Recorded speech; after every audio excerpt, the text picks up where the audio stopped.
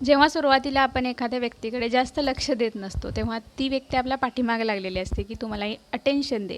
पण तेच जेव्हा आपण त्या व्यक्तीशी जास्त अटॅच होतो, तेव्हा मात्र त्याचं वागणं बदलतं. आधी जी व्यक्ती आपल्याशी दररोज बोलायची, आपली काळजी घ्यायची, आपल्यासाठी एफर्ट घ्यायची, आता मात्र त्या व्यक्तीसाठी आपण अवेलेबल झालो आहे म्हणून आपल्याला फॉर ग्रँटेड घ्यायला लागली. तर मग हे असं का होतं? समजा तुम्ही तुमच्या घरामध्ये एखादं रोपटं आणलं आहे, तुम्ही त्याच्यावरती खूप प्रेम करता, त्याची खूप काळजी घेता आणि समजा त्या रोपट्याला दिवसातून 2 वेळाच पाणी घालायचं आहे, सकाळी आणि संध्याकाळी. पण त्याऐवजी जर का तुम्ही त्या रोपट्याला दिवसभर 5-5 मिनिटांनी जर का पाणी घालत बसला, तर त्या रोपट्याचं काय होईल? ऑब्व्हियसली ते रोपटं काय होईल? सुकून मरून जाईल. का? कारण त्या रोपट्याची एवढं पाणी घेण्याची कॅपॅसिटीच नाही आहे.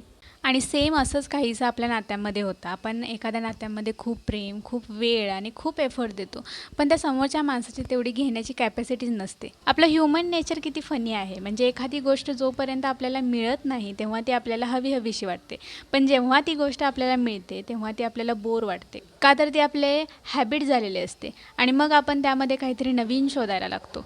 त्यामध्ये थ्रिल काही राहिलं नाही असं आपल्याला वाटतं. आणि म्हणूनच जेव्हा आपण लोकांना अवेलेबल राहत नसतो, तेव्हा लोक आपल्या पाठीमागे लागलेले असतात आणि जेव्हा आपण अवेलेबल राहायला लागतो, तेव्हा मात्र ते लोक आपल्यापासून लांब जातात. म्हणूनच कोणीही असो, मित्र असो, पार्टनर असो किंवा आणखीन कोणी असो, ते एका व्यक्तीसाठी आपला सगळा वेळ, आपली एनर्जी, आपलं एफर्ट्स घालणं जरा धोकादायक असतं. कारण नंतर जेव्हा ती व्यक्ती आपल्यासाठी अवेलेबल होत नाही, तेव्हा आपल्याला लोनली फील होतं. सो आपण एखाद्या व्यक्तीला किंवा एखाद्या नात्याला असं नाही समजलं पाहिजे की ती व्यक्ती किंवा ते नातं म्हणजे माझं संपूर्ण लाईफ आहे आणि जेव्हा ती व्यक्ती आपल्या लाईफमधून निघून जाईल, तेव्हा मग आपल्याला वाटतं की माझं सगळं लाईफच गेले. कारण ते एक नातं म्हणजे आपलं संपूर्ण आयुष्य नाही आहे. तो आपल्या लाईफमधला एक छोटासा भाग आहे आणि ते नातं सोडून सुद्धा आपल्या लाईफमध्ये भरपूर गोष्टी आहेत, जसं की आपली फॅमिली आहे, करिअर आहे, आपला सेल्फ रिस्पेक्ट आहे. सो म्हणूनच तुम्हाला कोणतरी लेट नाईट कॉल करते, तुमचा मूड नाही आहे किंवा तुम्हाला झोपायचं आहे, तर तुम्ही डायरेक्ट सांगून टाका की आपण उद्या सकाळी बोलूया. तुम्हाला स्टडी करायचं आहे, पण सतत कोणतरी तुम्हाला मेसेज करून डिस्टर्ब करत असेल, सो त्या मेसेजला लगेच रिप्लाय देण्याची गरज नाही. आपण स्वतःची प्रायोरिटी फिक्स केली पाहिजे.